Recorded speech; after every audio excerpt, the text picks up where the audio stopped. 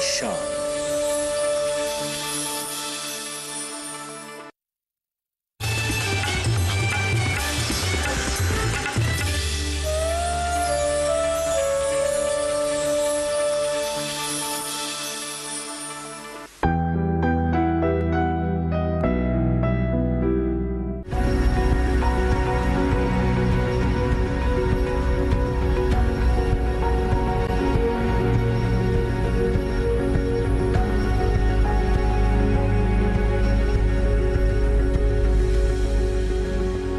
नमस्कार, आप देख रहे हैं दूरदर्शन किसान।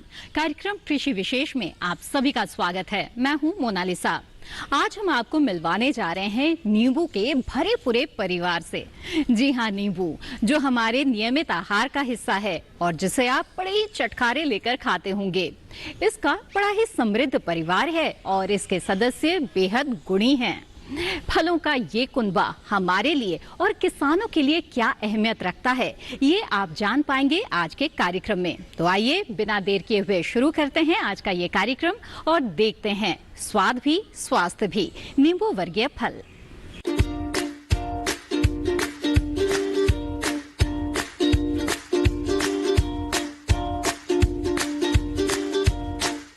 नींबू का नाम आते ही जुबान में खट्टापन सा महसूस होता होगा, है ना? लेकिन क्या आप जानते हैं इस परिवार के कुछ सदस्य बड़े ही मीठे हैं। जी हाँ, नींबू वर्गीय फल दो तरह के होते हैं, खट्टे और मीठे। कौन कौन से हैं ये फल, कहाँ पाए जाते हैं और इसकी उत्पत्ति कहाँ हुई, आइए जानते हैं।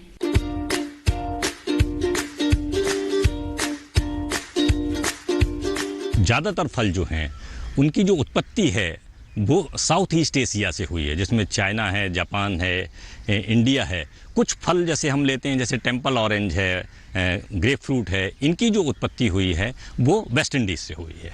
अन्यथा ज़्यादातर जो नींबू वर्गीय फल हैं उनकी उत्पत्ति साउथ ईस्ट एशिया से है, जिसमें भारत का भी प्रमुख स्थान है।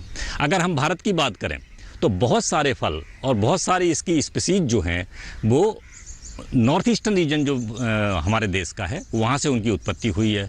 बहुत सारी ऐसी स्पीसीज जो मूल मंत्र में इस्तेमाल होती हैं, बहुत सारे ऐसे जो सांकुर प्रजातियां हैं जिनकी उत्पत्ति हमारे देश से हुई है, खास करके नॉर्थ ईस्टर्न रीजन से, जिसमें सबसे महत्वपूर्ण है जो आजकल बहुत ही व्यावसायिक तौर पर उगाया जाता है, आसाम लेमन, जो वहाँ का बहुत अच्छा लेमन माना जाता है। साथ ही साथ उत्तर भारत रीजन में जो एक कचाई लेमन है जिसका जीआई टैग भी वहाँ के किसानों ने ले रखा है और उसको वो प्रमोट कर रहे हैं। तो इसकी जो कल्टीवेशन है वो हिंदुस्तान के लगभग सारे क्षेत्रों में की जा सकती है। इस फल की सबसे खास बात यह है कि अगर हम दक्षिण भारत से चलें तो जहाँ पे सतगुड़ी मौसम्मी है, महाराष्ट्र में आप आएँ मौसम्मी है, नागपुर संतरा है, कर्नाटका में कुर्ग मैंड्रिन है और मध्य प्रदेश में मौसम्मी भी है, नागपुर संतरा का भी उत्पादन हो रहा है। उत्तर भारत में लेमन है, लाइम है, ग्रेप फ्रूट है, मीठी नारंगी है और किन्नू है। इसी तरह से अगर आप पहाड़ी क्षेत्रों पर भी आप चले जाएंगे तो इसके पौधे आपको वहाँ भी मिल जाएंगे, जिनमें हिल लेमन एक बहुत महत्वपूर्ण है। और जो फुट हिल्स होती हैं, जो पहाड़ियों के निचले सिरे होते हैं, वहाँ पे इसके बहुत सारे फल ऐसे आपको मिल जाएंगे जो आपने पहले कभी नहीं देखे होंगे, भले ही वो खाने वाले ना हों, ऑर्नामेंटल हों। तो इसकी जो विविधता है वो इतनी ज़्यादा है। और हाल ही में पंजाब सरकार ने बहुत सारी टेंजरिन्स, एक नया ग्रुप आया जिसको भारत में इंट्रोड्यूस किया हुआ है, और वो जैसे डेजी की हम बात करें, जिसको डेजी मैंड्रिन भी कहते हैं, उसको वो प्रमोट कर रहे हैं, उसके पौधे भी बना रहे हैं। मरकट है एक जो बहुत ही अच्छा एक टैंजरिन माना जाता है और किन्नों से लगभग वो 1 महीने पहले पक जाता है।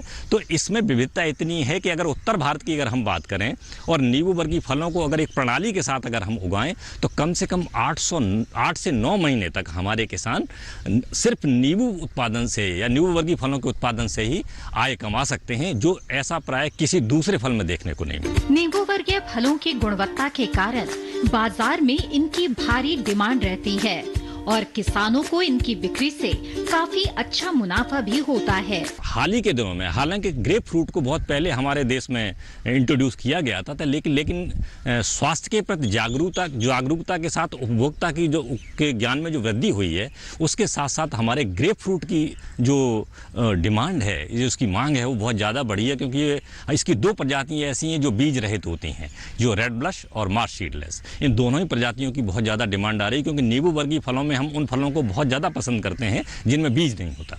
तो ये दोनों प्रजातियाँ जो ग्रेप फ्रूट की हैं वो बहुत ज़्यादा पसंद की जा रही हैं। जूस की मात्रा बहुत ज़्यादा होती है। अगर एक फल का आप जूस निकालेंगे तो एक गिलास आपको निकल जाता है। और इसके जूस में इसके एंटी डायबिटिक भी है, विटामिन सी का अच्छा सोर्स होने के साथ साथ, और इसमें थोड़ी खटास भी होती है जिसको लोग बहुत ज़्यादा पसंद करते हैं। दिल्ली में जो भी ग्रेप फ्रूट उगाया जाता है और इसकी जो एम्बेसीज़ हैं दिल्ली में दूसरे देशों की, वो इसको बहुत ज़्यादा पसंद करते हैं। तो हमारे बहुत सारे किसान भाई ऐसे हैं जो अपने फलों को ले जाके उन एम्बेसीज़ में उनके साथ कॉन्टैक्ट करके डेली बेचते हैं।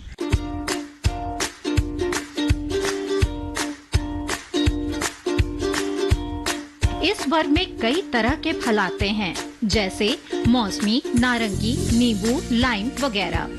इनके निर्यात से भी किसानों को काफी फायदा होता है। हालांकि इनकी प्रजातियां भी अलग अलग हैं। जैसे मीठी नारंगी की अगर हम बात करें तो साउथ में और महाराष्ट्र में सतगुड़ी और मौसमी उगाई जाती है। उत्तर भारत में मौसमी के अलावा कुछ जो इंट्रोड्यूस्ड प्रजातियां हैं मीठी नारंगी की, जैसे जाफा है, हैमलिन है, पाइनएप्पल है, वैलेंसिया है, इनको किसान भाई लगाते हैं। ग्रेप फ्रूट में 2 प्रजातियां हैं जो उत्तर भारत में लगाई जाती हैं, मार्स सीडलेस और रेड ब्लस। इसके अलावा हमारे संस्थान ने 2 प्रजातियां मीठी नारंगी की विकसित की हैं, पूसा शरद और पूसा राउंड, जो बहुत अच्छी हैं। ऐसे क्षेत्र जहाँ पे किन्नों का उत्पादन सक्सेसफुल नहीं किया जा सकता, वहाँ पे हम इन प्रजातियों को लगा सकते हैं, खास करके पश्चिमी उत्तर प्रदेश में जहाँ पे किन्नों में उतना अच्छा रंग नहीं आता। तो अगर हम पूसा शरद और पूसा राउंड जैसी वैरायटी अगर मीठी नारंगी की लगाते हैं तो ये अक्टूबर में पकती हैं और उनकी फलों की डिमांड बहुत ज़्यादा रहती है। और इनके पौधों की भी डिमांड किसान भाइयों की बहुत आ रही है और हम उनको प्रवर्धित करके उनके बीच में बाँट भी रहे हैं। इसके अलावा किन्नू बाहर से आयातित है, तो ये पहले से पंजाब और उत्तर भारत के कुछ क्षेत्रों में हम इसको लगाते हैं। लेमन में हमारे संस्थान ने पूसा लेमन वन प्रजाति विकसित की है। कागजी कना एक पुरानी प्रजाति है जिसको हम बेच रहे हैं। इसके अलावा hill lemon, Pant lemon, Punjab lemon, बहुत सारी लेमन की प्रजातियाँ हैं। यूरेका बाहर की प्रजाति है जिसको उत्तर भारत में काफ़ी लगाते हैं लेमन में। लाइम में पूसा उदित और पूसा अभिनव 2 प्रजातियां हैं हमारी जो हमने विकसित की हुई हैं।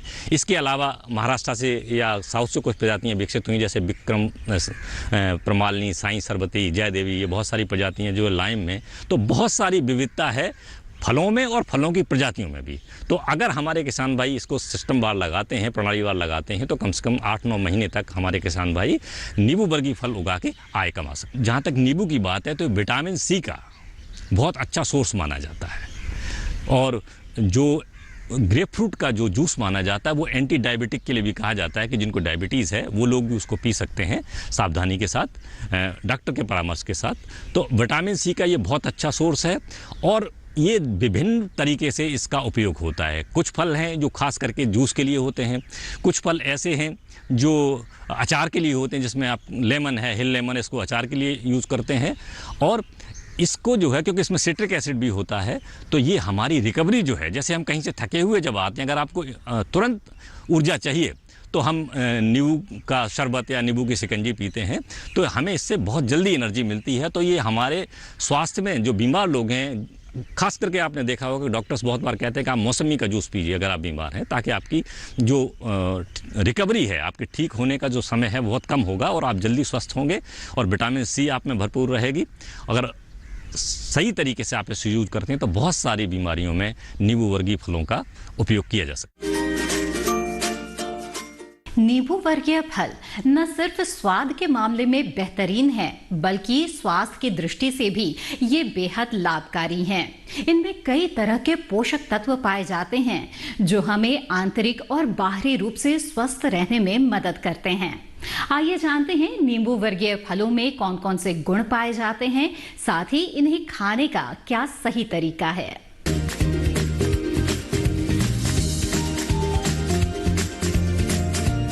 अगर आप अपना वजन कम करने की कोशिश कर रहे हैं तो खट्टे फलों का उपयोग आपके लिए फायदेमंद हो सकता है। फलों में एंटी ओबेसिटी गुण पाए जाते हैं, जिसके कारण शरीर का वजन और फैट कम करने में मदद मिलती है। खट्टे फल हमारे शरीर के इम्यून सिस्टम को बढ़ाते हैं। इनमें मौजूद विटामिन सी हमारे ब्लड में मौजूद व्हाइट ब्लड सेल की कार्यप्रणाली को बेहतर करने में भी मदद करता है। कोरोना त्रासदी में भी डॉक्टरों ने सबसे ज्यादा इन फलों के सेवन पर जोर दिया, ताकि हमारे शरीर का इम्यून सिस्टम बीमारी से अच्छी तरह से लड़ सके और हम जल्द से जल्द ठीक हो सकें। इसके अलावा खट्टे फलों का सेवन पथरी में लाभदायक होता है। ये हमारे हृदय स्वास्थ्य का भी ध्यान रखता है। साथ ही हमारी आँखों, त्वचा और घने काले बालों के लिए भी इसका सेवन वरदान साबित हो सकता है। नींबू वर्गीय फल पाचन क्रिया का संतुलन बनाए रखते हैं। इसके सेवन से जीर्णता के रोग से मुक्ति मिलती है। नींबू पानी गर्मी के मौसम में लू के थपेड़ों से बचाता है और शरीर को ठंडक प्रदान करता है। इससे बार बार प्यास लगने की तकलीफ भी दूर हो जाती है। नींबू के सेवन से खराब कोलेस्ट्रॉल कम होता है। मधुमेह से पीड़ित व्यक्ति के लिए इसका सेवन करना बेहद ही लाभकारी है। अगर आपको भूख नहीं लगती तो नियमित रूप से नींबू खाने से आपको लाभ होगा। अपच से पेट दर्द हो रहा हो तो इसके सेवन से तकलीफ कम हो जाती है। इतना ही नहीं, इसके सेवन से मुंह और पसीने की दुर्गंध को दूर किया जा सकता है। किसी भी फल को खाने का खास और सही तरीका होता है, विशेषकर खट्टे फलों का। सुबह नाश्ते से पहले गुनगुने पानी में नींबू के रस का सेवन करने से शरीर में मौजूद सारे टॉक्सिक खत्म हो जाते हैं। खट्टे फलों का सेवन किसी भी तरह की ओरल एलर्जी सिंड्रोम जैसे गले या मुंह में सूजन होने पर नहीं करना चाहिए। इसके अलावा खांसी, गले में खराश या किसी भी तरह का घाव होने पर इसके सेवन से बचना चाहिए। सही मात्रा में खट्टे फलों का सेवन अमृत के समान है, क्योंकि इनमें है स्वाद भी स्वास्थ्य भी।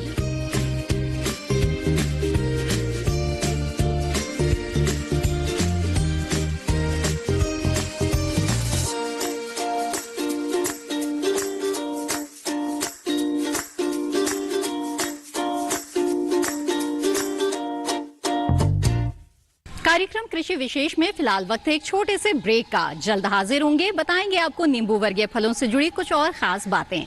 आप बने रहें दूरदर्शन किसान पर।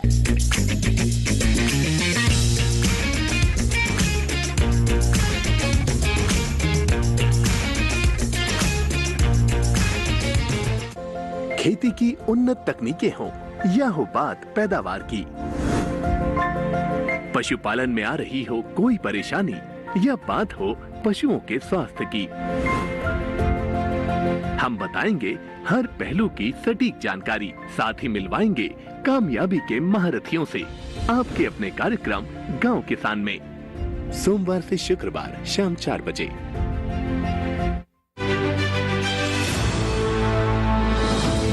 खुशहाल होंगे खेत, पशु भी रहेंगे स्वस्थ,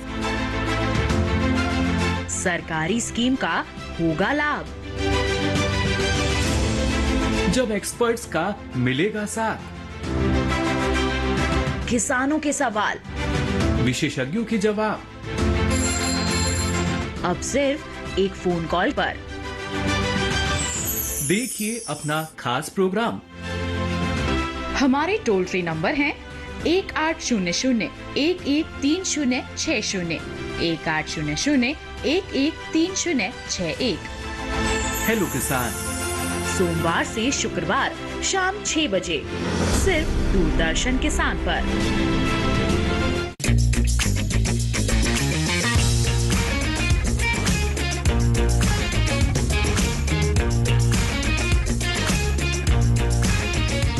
ब्रेक के बाद आप सभी का फिर से स्वागत है। आप देख रहे हैं कृषि विशेष में स्वाद भी स्वास्थ्य भी, नींबू वर्गीय फल।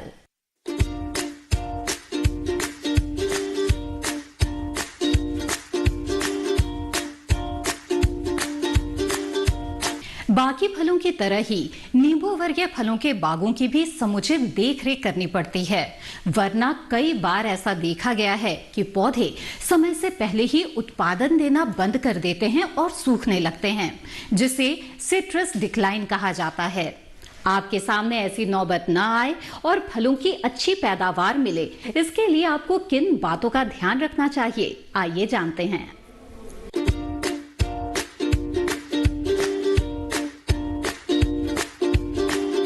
नींबू वर्गीय फलों के नवजात पौधों को उचित देखरेख की आवश्यकता होती है।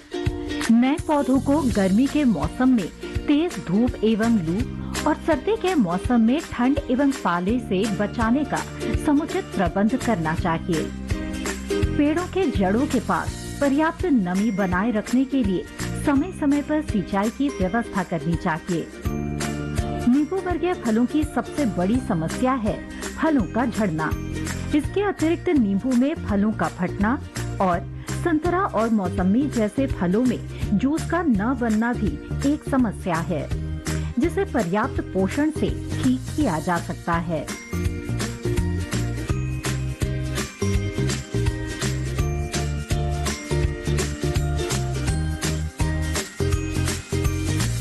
नींबू वर्गीय फलों के पौधे जब 15-20 वर्ष के हो जाते हैं, तब उनमें सूखने की समस्या पैदा हो जाती है, जिसे सिट्रस डिक्लाइन कहते हैं।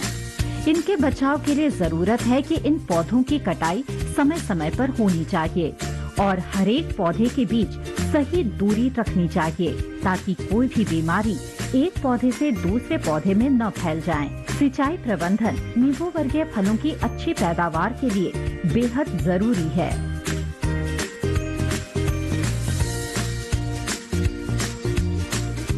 नींबू वर्गीय फलों की अच्छी पैदावार लेने के लिए बागों को कीटों से मुक्त रखना पड़ता है। अगर उचित समय पर कीट पर नियंत्रण नहीं पाया गया तो किसानों को काफी नुकसान उठाना पड़ सकता है।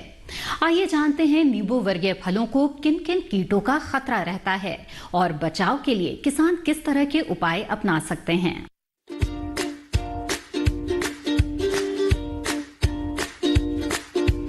नींबू वर्गीय फलों में रस की मात्रा बहुत ज्यादा होती है, इसलिए इनमें कीट का प्रकोप बना रहता है।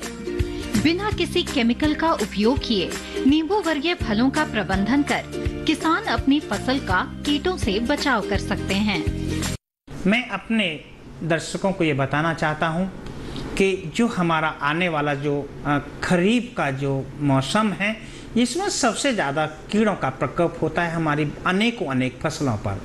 ये कीट हैं क्या, ये मैं बताना चाहूँगा कि जैसे ही फसल की वानस्पतिक वृद्धि होती है, उसी समय सबसे पहले रस चूसने वाले कीट लगते हैं। उसके बाद जैसे ही फल बनता है तो वहाँ पर सुंडियाँ फलों को, कलियों को, पत्तियों को, तने को खाने वाले होते हैं। यहाँ पर इन सब कीड़ों को जानने के लिए मैं आपके साथ अब बताने वाला हूँ कि ये कीड़े आते कहाँ से हैं।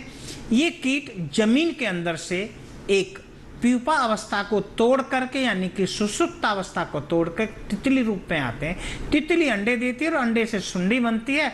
सुंडी फसल को खाती है और फसल हमारी चौपट हो जाती है। सबसे पहले मैं आपको दिखाना चाहता हूँ, ये बहुत सारे कीड़े मेरे हाथ पे देख रहे हैं। ये फल मक्खी है। ये एक सुई जैसी रचना होती है जो उसमें अंदर इंसर्ट कर देती, घुसेड़ देती है। अंदर ही अंदर वो उसके लार्वी बन जाती हैं, यानी कि ग्रब बन जाते हैं, मैगट बन जाते हैं और वो तुरंत ही फल को अंदर ही अंदर खत्म कर देती है। यहाँ पर हम इसे रोकने के लिए बहुत सारे हमारे किसान भाई हैं अंधाधुंध कीटनाशकों का इस्तेमाल करते हैं। कृपया करके कोई भी कीटनाशक डालने की इसके लिए ज़रूरत नहीं है। ये कीटनाशक से नहीं मरते हैं। आपने देखा होगा जब हम स्प्रे करते हैं तो मक्खी है ना, जैसे घरों में मक्खी होती है ऐसे ये मक्खी है, एक स्थान से दूसरे स्थान पर, एक बाग से दूसरे बाग में चली जाती है, दवाई से मरता नहीं है। इसे रोकने के लिए मैं आपको सबसे आसान बिना दवाइयों के तरीके बता रहा हूँ। जैसे ये देख रहे हैं फेरोमोन ट्रैप। ये क्या है? ये फेरोमोन ट्रैप एक यंत्र है। इसके अंदर हम मादा की गंध लगाते हैं। वो गंध कैसे होती है? जैसे कि हमारी पीढ़ी दर पीढ़ी बढ़ाने के लिए प्रत्येक जीवधारी का एक प्रमुख लक्षण है। तो जीवधारी का जब वो बढ़ जाएगा, तो जैसे अब हमारे हैं, आप जानते हैं, इसी तरह से शादी ब्याह होते हैं, उसके बाद बच्चे होते हैं। कीड़ों में तो बैंड नहीं बजेगा ना, शादी नहीं होगी। ये क्या करता है, जमीन के अंदर से निकलता है मादा कीट। मादा कीट एक गंध छोड़ती है नर को बुलाने के लिए, क्योंकि मिलना है, उसे आगे पीढ़ी बढ़ानी है। हमने मादा की गंध यहाँ लगा दी, सारे नर इसके अंदर इस छेद में से अंदर हो जाएंगे। इसमें थोड़ा सा हमने सॉल्यूशन मिला दिया, सारे नर इसमें आके फंस जाएंगे, निकल नहीं पाएंगे, नियंत्रण हो गया बिना दवाई के। आगे हम बताना चाहते हैं आपको बड़ा महत्वपूर्ण इशू। हम अगर छिड़काव करते हैं तो आप किसी भी सुरक्षित कीटनाशक के साथ में थोड़ा सीरा मिला दीजिए, जैसे अंग्रेजी में मोलासिस कहते हैं। सीरा में चिपक होती है, जब वो फल पर, कलियों पर, पत्तियों पर जब वो दवाई पड़ेगी, चिपक होगी, फल मक्खी आके और वहां चिपक जाएगी, उसके पंख तुरंत ही वो उस पर चिपक जाएंगे, क्योंकि बहुत ही सॉफ्ट पंख वाला कीट होता है। जब पंख टूट गए तो उसको फिर निश्चित तौर से उसको मरना है, ये तरीका। साथ ही साथ पत्ती मोड़ा का एक आसान तरीका है बिना दवाइयों के, क्योंकि जब दवाइयां डालते नहीं मरता है। अब वो पत्ती मोड़ रखा है, इसके अंदर बैठा हुआ है, आप 10 मीटर की रस्सी पूरे खेत में घुमा दीजिए, और जब घूमेगा ना ऊपर टॉप पोर्शन पौधा हिलेगा, वो सुंडी वजन होता है, उसमें बड़ी होती है, और वो नीचे गिर जाएगी पानी में। पानी के संपर्क में आती है उसको 100% यानी 100% उसको मरना है। इसके बाद जैसे ही वेजिटेटिव ग्रोथ होती है, वहां पर रस चूसने वाले कीट आते हैं जो पत्तियों का रस चूसते हैं, और रस चूसने के बाद में पत्तियों का जो भोजन आ रहा है, वो रस चूसने के बाद में वो पत्तियां सुकड़ने लगती हैं। इसके साथ साथ एक और जो चाफर बीटल, जैसे मैं अभी वाइट ग्रेव की बात कर रहा था, एक चाफर बीटल भी आता है, बहुत सारी पत्तियों को इकट्ठा करता है और वो खुरच खुरच के धागे नुमा में परिवर्तित कर देता है। तो उसको रोकने के लिए आपका बहुत अच्छा तरीका है नीम का तेल। मैं यहाँ जरूर अपने दर्शकों को बताना चाहूंगा कि हम बता देते हैं और आप लोग इस्तेमाल करते हैं 2 ml प्रति लीटर, लेकिन जब छिड़काव करते हैं तो वो मशीन में ही चिपका रह जाता है। तेल कभी पानी के साथ नहीं मिलता है। दोनों को मिलाने के लिए जैसे आप 2 ml प्रति लीटर के हिसाब से सॉल्यूशन बनाते हैं, तो उसमें 1 चम्मच सर्फ डालने से जो तेल के जो ड्रॉप हैं, जो बूंद हैं, वो टूट जाते हैं, पानी के साथ मिल जाते हैं। आप स्प्रे कर देंगे। इससे 3 प्रमुख फायदे होते हैं। नंबर 1, पौधे कीड़े के अंदर, पौधे पे जैसे छिड़केंगे, जब छोटी सुंडी या कोई भी कीड़ा उसको खाएगा तो पहले तो छोटा कीड़ा होगा तो मर जाएगा, इससे बड़ा कीड़ा होगा तो छोड़ के भाग जाएगा, और जैसे बड़ा हो जाएगा कर खा लेते हैं, कुछ नहीं होता है, उसके अंदर उस पत्ती को खाने से बांझपन आ जाता है। इस तरह से प्रमुख कीड़ों को हम नियंत्रण कर सकते हैं।